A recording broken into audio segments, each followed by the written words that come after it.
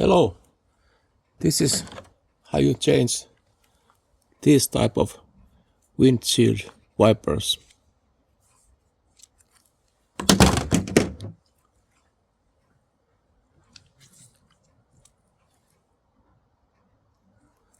So here is a small button which you press, and then you pull the windshield wiper upwards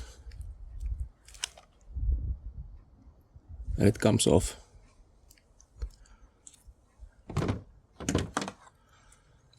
Then we take the new one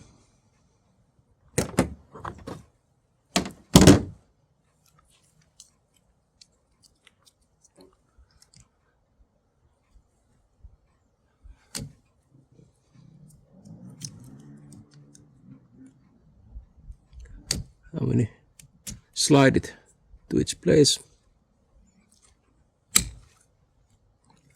like that. And once again, if we want to take off the windshield wiper, we press this button